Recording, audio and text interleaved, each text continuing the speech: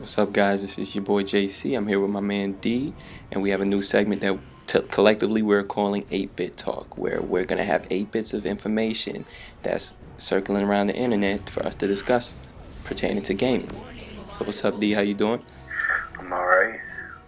All right, man. Well, we're playing DC Universe Online, live commentating over it. And the first bit of information we always going to discuss is what are you playing at this point in time? I'm playing DC Universe at this current moment. You? Yeah, no shit. Oh, okay. Alright, well. But other than that, I mean, obviously, if you check out any other videos that JC put up, or our man J Blaze, what's his full name? J Blaze 08? 06. 06, alright, my bad, dude. Shout out to him. Anyways, if you watch any of the other videos that these two put out, I'm playing Warframe with them and Last of Us with them, but I'm also playing Zelda on my 3DS, the new one, the Link Between Two Worlds. Also playing Phoenix Wright if I'm going on 3DS games, and I've recently picked up Dust Force on the Vita. Have you heard anything about that? I've heard of it. I'm not too sure what it's about. Alright, well basically it's a collect 'em all game. Sort of like a Mario meets Shinobi type of deal. It's interesting. It's quick, for somebody like me who likes to play my Vita while I'm on the train for about an hour every day, going to work. I don't like to play the whole time. I like to sleep some because I get up at a fucking ridiculous time in the morning, but so I like to sleep a little bit, but when I do want to play a little bit of gaming beforehand, it's a good game to play because it's quick and it's like a couple minutes and you're done with the level type of deal. So what are you playing? Well, as you already stated, we're on DC Universe Online, but other than that, I've been playing a lot of great things, man. I've been behind on a lot of my games anyway, but play a lot of Warframe, play a lot of other games. Outlast just came out for PlayStation Plus. Still been Scary shit. What? Who are you telling? That shit is fucking horrible. Anybody who hasn't played it yet, do not play that game in the dark by yourself. You will cry like a little bitch. If you want to hear someone crying and bitching, you can check out my Let's Play of it. I've actually done one episode. I got some more coming, but that shit is no joke, and it's genuine. I wouldn't make more than one episode if I was you. Gotta finish what I started, man. I hear you. I know. You're a completionist. But other than that, just same old things, that you stated. We've been playing The Last of Us Online. I've been playing a lot of different things. It's mainly online games. I don't really have any single-player games that I'm playing at the moment. Which is surprising because knowing you for as long as I have, I know that you're much more into a story-based game than getting too deep into the multiplayer. Even though I've seen you play things like Soul Sacrifice like crazy and All Stars and whatnot, I've seen you more invest time into games if they're single player. Right, and I'm still doing that, but I just don't find that there's too many out at the moment. Yeah, well, that should change soon. Yeah, it'll change. But the simple fact that I brought up Outlast, obviously we know that's something that's free on PlayStation Plus for the moment. So if you don't have it and you have PlayStation Plus, go ahead and download it, check it out. It's great, it's scary. But how do you think, based on PlayStation Plus, how do you think that Sony is helping a lot of indie devs get recognition? Because ever since PlayStation 4 released, all the games that they've been supporting for free have been indie developers.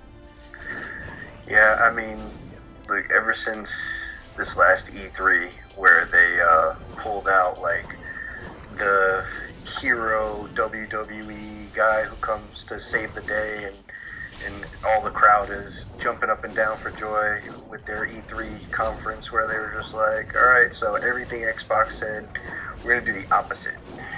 And, ever since then, they've been talking about indie developers being a big deal and them being a big part of what they do. And I'm glad that they did talk about that and they did support that as much as possible because, realistically, there's only so many companies nowadays that are going to be producing, AAA titles like The Last of Us, like, the new Metal Gear Solid, things like Titanfall, everything like that. Those games, there's only so many companies that are going to be making those games because really, there's not enough money to go around anymore. Games cost way too much to make, and it's not like we're back in the days where Mario came out and there were so many games that replicated that and it didn't cost too much to make them. So we found hidden gems that were just like, our favorite titles, and they would imitate them, but they would do their own little spin-offs that would make them very good games. We don't see that much anymore. Right. And I honestly think, obviously from last generation, PlayStation 3, 360, we saw a lot of indie games really coming to the forefront, but there were a lot of people such as myself, I didn't purchase them because, indie games for a while, obviously they're lower budget than your main AAA title.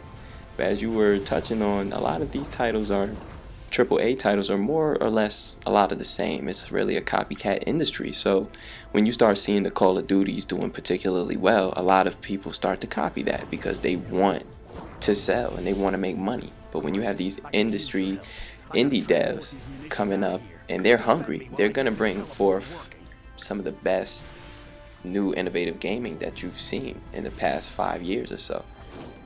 And I think that PlayStation Plus is definitely Sony's way of saying, look, we're going to support you through this whole thing.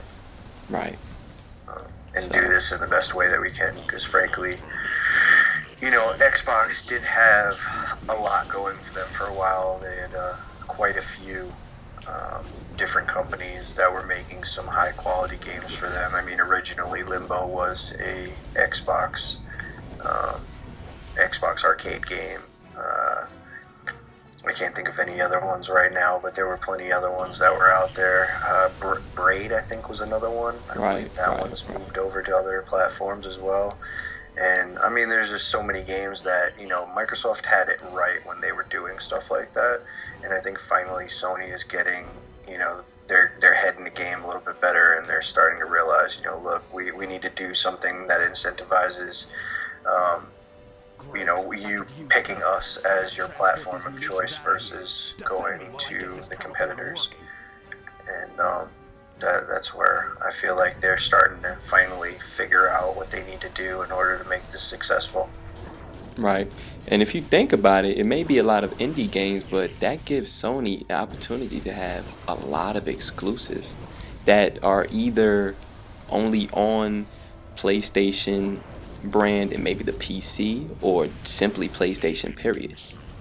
Yeah, but we don't need to make it like a cop-out, I mean, I'm not saying that's what you're doing, but I do hear a lot of them going like, we have 50 gajillion exclusives coming out this year. It's like, well, look, you asshole, like, you're not actually making, like, high-quality games. These are just arcade games. I'm not knocking the people who make the arcade games. I'm just trying to say, look, these aren't high development, like, high development time games, high-cost games, like, I get that's not what games are all about, but, still, like, Xbox has Dead Rising, they have Titanfall coming out, obviously, they have Forza, they have games like, obviously Sony has their own that are high quality, and as a bigger Sony fan, I appreciate their title or their title list, because they do definitely put out a lot of high quality games, such as Infamous coming out soon.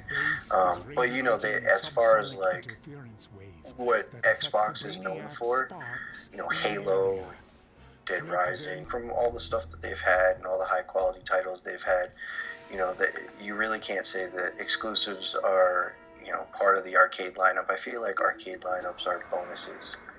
You know what I mean? Right. But when you think about it, bring up that Outlast, for example, that doesn't seem like an indie developed game because it's so... Yeah, it does look high quality. Yeah, it looks very high quality. You had to tell me it was indie before I knew. Yeah, definitely. There are some that can fool you, that's for sure. Definitely. But either way, I'm not knocking the quality of the game. Right. I definitely appreciate what Sony's doing either way, regardless. With that being said, speaking on Outlast, what do you think that horror games are making a big comeback? Definitely, man. Definitely. Because I feel like they're scaring the crap out of me more and more these days. And that's what they were originally made to do. And Yep. we've discussed this before in our own time, but when you have games such as, the recent Resident Evils or even the recent Dead Space games, those are great and I have a lot of fun with them. But when you add certain things like co-op to those games, number one, that takes away a lot of the horror aspect of it. You know, if you're with one of your buddies playing, something scary could potentially happen, but it's so much easier to laugh it off because you're with a friend. Yeah, I know. I definitely agree with that. I mean, there were games that have come out in the recent past. I can think of one in specific off the top of my head that I feel like really lost its edge because of the implication or the implementation of co-op, and that was Dead Space 3. That one really lost a lot of its edge and scariness because you were able to play with another player. I feel like there were games in the past that have done it well, even dating all the way back to a game called Resident Evil Outbreak, which was just multiplayer based. It was 4 verse, the map. It was a story, kind of. There wasn't a huge deal of it, but it was basically just, survive, get from point A to point B, do a couple objectives in between. But the way that they did it was so innovative, where it kept to the traditional Resident Evil sense of horror, and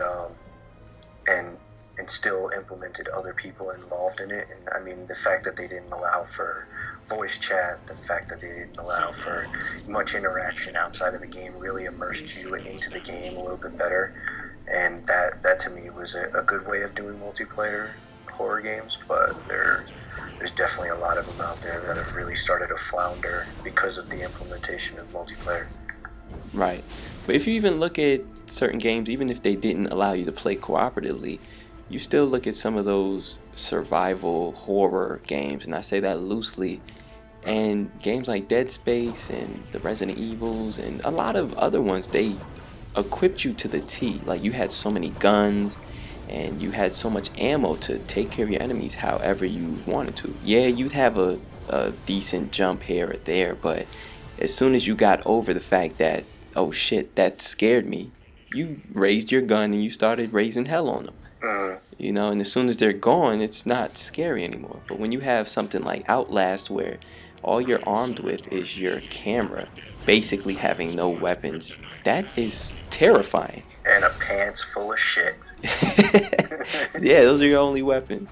I mean, if that shit stinks good enough, yeah, I'd stay away from you too. But other than that, you're kind of fucked. Yeah.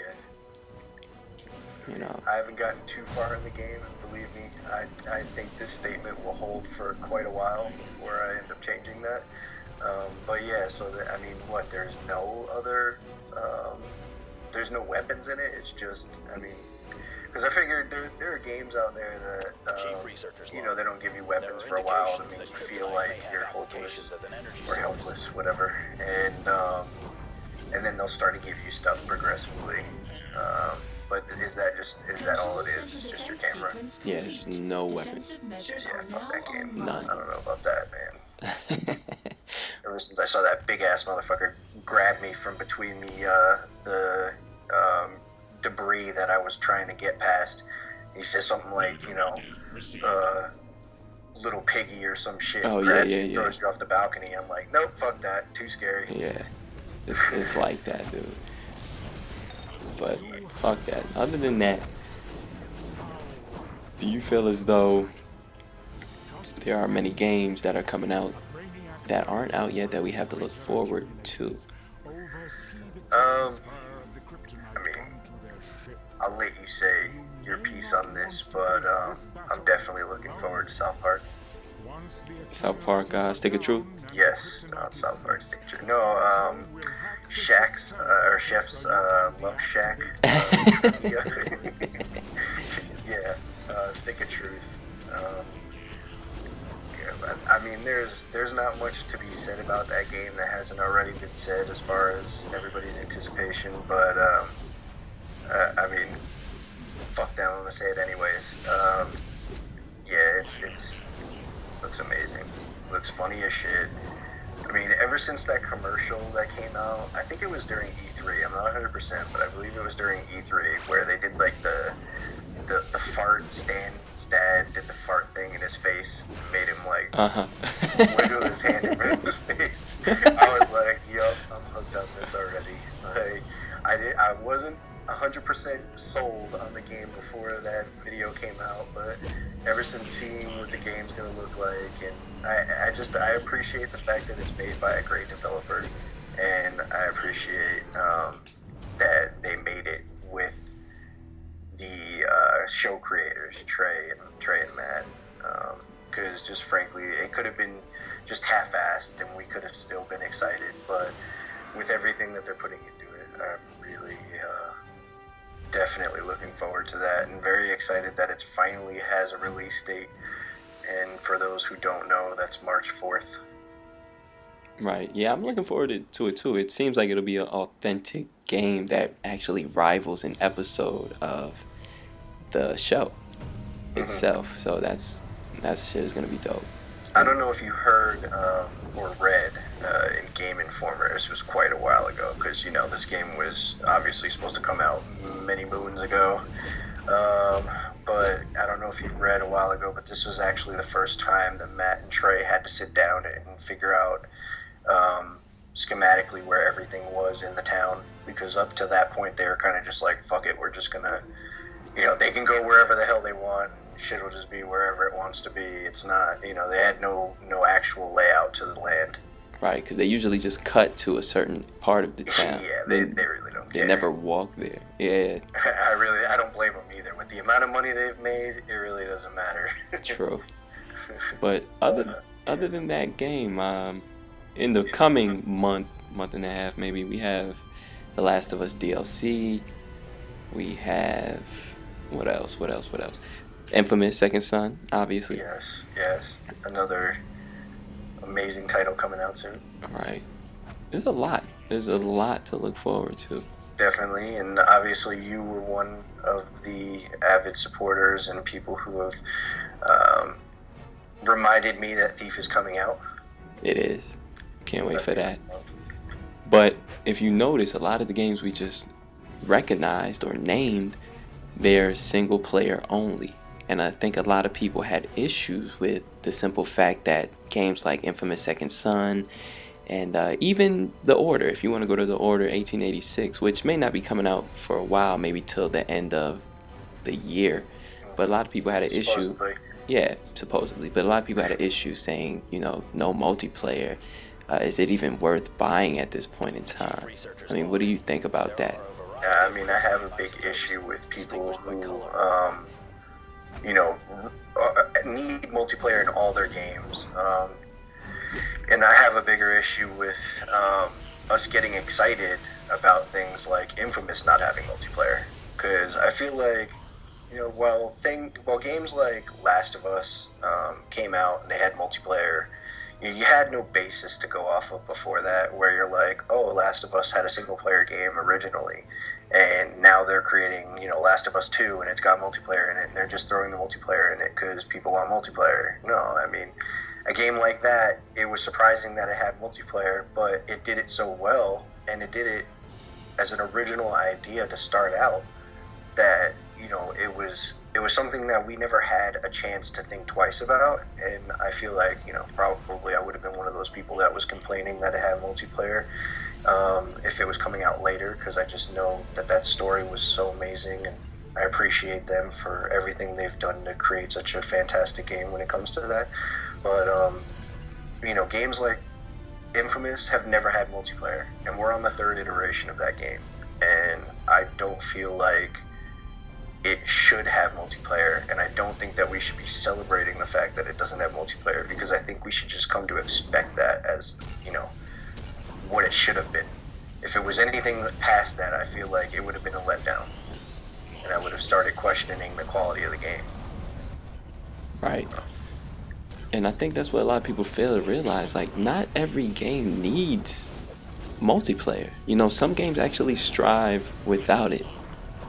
I mean, granted, I don't think a lot of people realize, The Last of Us, if it didn't have multiplayer, would you have felt like you were truly missing out? Who knows? But I know I'm glad that it has it, because it ended up being great. But if the developers are saying specifically, like for The Order 1886, they claim to say we would rather make the single player story something that is phenomenal rather than having two half-ass parts that make a whole. Right. And if the developers are saying something like that, you have to go with it. If they feel like that's what's best for them, then that's what's best for them. You can't. To go off that though, before to reiterate to anybody listening, and that's not even to say that everybody who makes single player games that have a throw-in multiplayer, as in like Tomb Raider, that's not to say that they're making two half-assed parts of a whole game in order to make a game because it has to have multiplayer in it. I think that a lot of it doesn't have to do with the fact that the creator of the game wants to. I don't think the creator of the game wants to have multiplayer in it. I think they're just required, as far as like their funding goes, they're required to have multiplayer in it. And I think that's something that needs to be brought up too, is the fact that like there's a lot of developers that force creators of games to put multiplayer in their games because they know that that's what'll, that's what they assume will keep people coming back and playing more and more and more. And it's like, they don't allow them to put that money into what would be a better single player quality game. They just want the multiplayer in there for that reason. So because they think it sells. Yeah. Which, most times it will. But I think not only that it'll sell, but just the simple fact that it'll have people consistently playing it and talking about it. And that's what they want, but, they're not always going to get that. Right. And you have some of these new age gamers that are saying no multiplayer, no buy. Yeah. But, it's like if you have a game that is that well constructed, that well crafted, you wouldn't purchase it. It's like you wouldn't revisit the game at any point in time. I mean, granted, they'll have different difficulty levels. They may have different levels of artificial intelligence. But you wouldn't purchase it just because it has no multiplayer. I mean, that's a bit ridiculous. Yeah, well, I mean, that's a lot of the younger generation. And, by no means are we old farts yet. But we're getting there. And, anytime you say kids these days, there's trouble. No, I mean, it really does come down to the younger generation, the multiplayer generation, because, coming up in the 90s as we were, and people in the 80s playing, Super or Nintendo, the Nintendo Entertainment System, people who played that, they're not used to multiplayer. I mean, I played PC. I played a lot of PC. And there's multiplayer on that, but I didn't expect that from console gaming. And there was a lot more high quality games on consoles as far as single player story goes, whereas PC was just like basically meant for multiplayer. And that's where like the difference is now, is that we've come to a time where all systems and all platforms to play games on have multiplayer. I mean, for God's sakes, the 3DS has multiplayer, the Vita has multiplayer, and all the home consoles have multiplayer, and PC has multiplayer. I mean, everything. I mean, everything down to a friggin' iPad has multiplayer now, So I think everybody expects that because of the fact that there's the accessibility of multiplayer. And it's not like before where, we'd be like, oh, well, it's a PS1, so it doesn't have multiplayer options, it doesn't have internet options on it, Right, right, right. you know? Yeah, but it's a staple, but it shouldn't be a standard. Not for every single game. I wholeheartedly agree with that. All right, cool.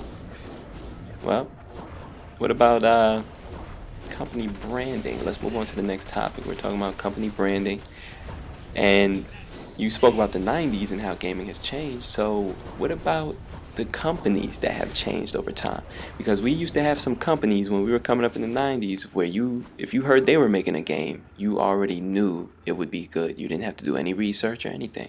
But a lot of these companies have fallen from grace.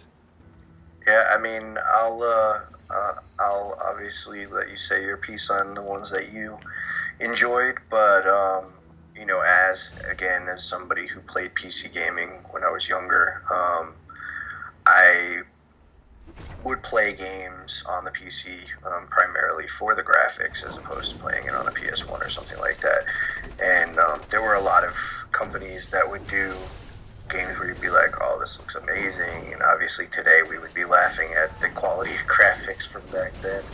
Right. But the ones that, you know, it was important to me to see, especially when I would read articles and things, to see the developers, because I would be like, you know, oh, okay, these people use this engine, so you know that you're going to appreciate the quality of graphics in this game and the quality of gameplay mechanics in this game, because it's going to be taking it off of, you know, another game. Like, for instance, Ghost Recon and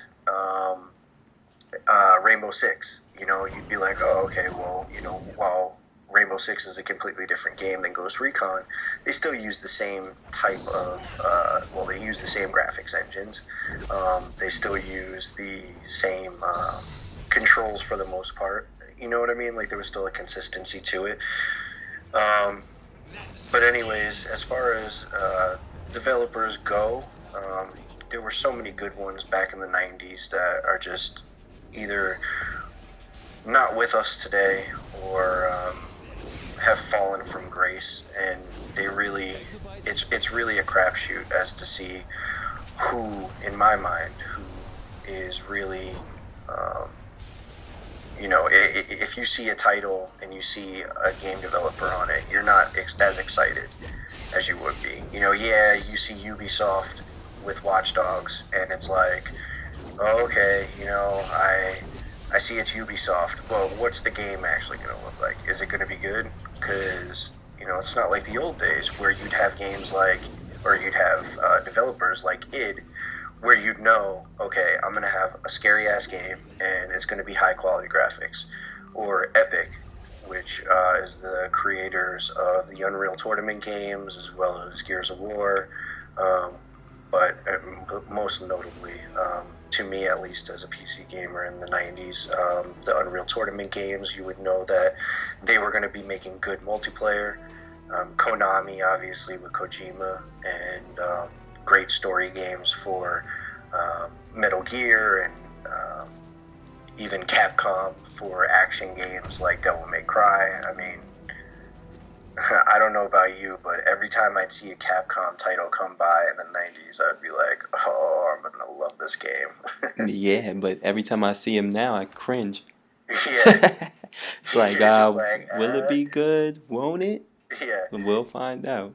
exactly. I mean, when you have to sit and just debate whether or not Marvel vs. Capcom 3 is going to be, you know, worthy of the title when it comes out, you know that the company has faltered a bit.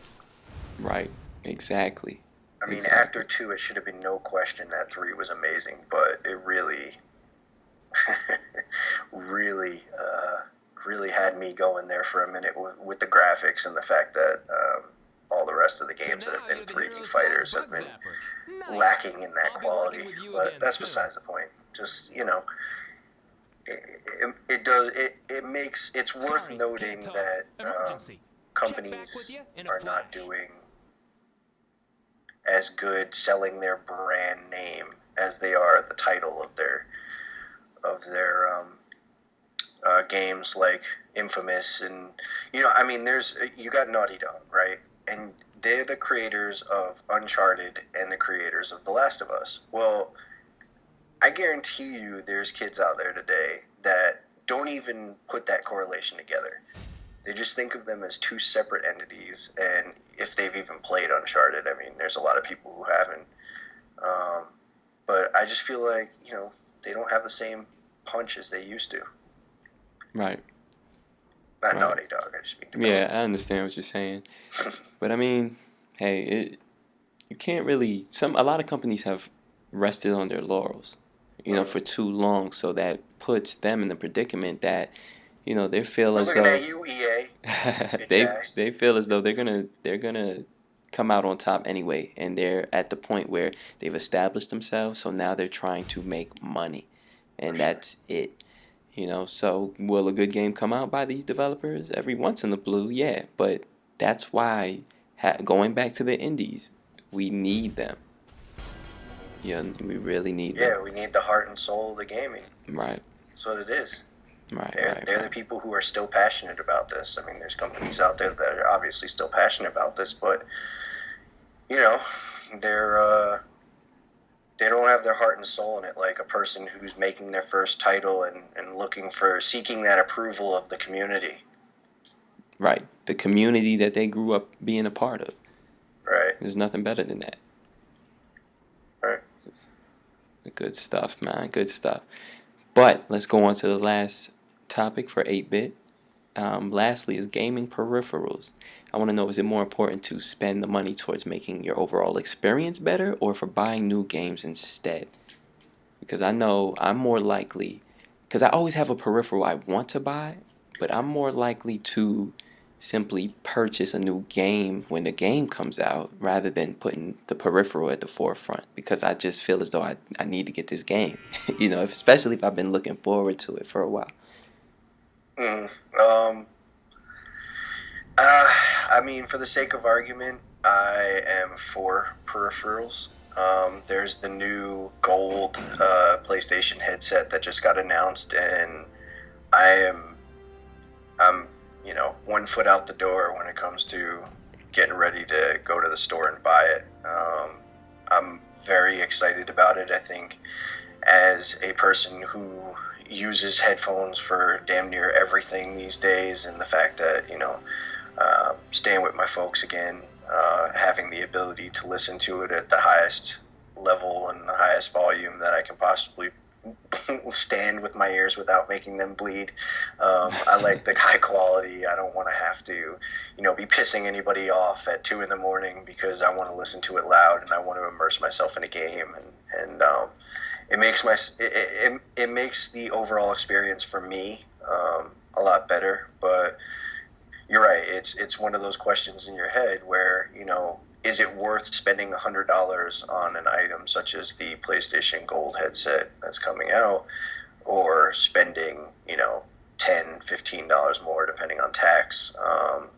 Hell, in New York, $20 more on 2 games as opposed to just getting a headset and no games. Right. I don't know what your overall feel is on even bothering with the fact that now PlayStation 4 has the ability to put any headset into a controller and use it, but I feel like that doesn't do it enough justice. Well, I mean, really, what it boils down to is, like I said, I've always had those games that I want to purchase, and that usually gets in the way of me purchasing a peripheral. I want to get some new headsets or headphones or whatever that immerses me more into the gaming experience. But sometimes it's just like, I got the money for one. The game just came out. Should I get the headphones or should I get the game? And if I get the game, it's just pushing back the fact that I want to get these new peripherals. And as you've been stating, the peripherals will make the experience that much better. So, sometimes you got to make those choices, but the peripherals are going to stay there, and it's going to maintain that you have a great experience for whatever you're playing. Mm-hmm. So you'll be playing crap like this and make it amazing. You're right. Or Oh, anything. God Bizarro's here. Oh, sorry. I didn't mean to just shout out the game. No, it's cool. Anyways, yeah, I definitely hear you. I definitely hear your conundrum with that. But I also am in the mind state where you just need to stop being such a cheap bastard. That I am. No, I mean, I understand there's people out there, there's kids out there who can only buy like one game a quarter, or don't have enough for a headset and then to be able to buy anything else after that for the next year. I get there's people like that can't, spend and spend and spend on gaming and gaming peripherals and everything. But we were transporting a large it's one of those things. As a person who's finally bit the bullet and actually bought a headset for, I bought a headset for the PS3. I actually started out by buying one for the Xbox 360, a Turtle Beach headset, and as somebody who ended up doing that finally. I can say that I won't ever go back to not having one, because once you get yourself into that and immerse yourself into that experience that much more, you really do appreciate it for what it is. And realistically, look at it this way: you could either spend $300 on a home theater system, and if you're a kid, piss your parents off.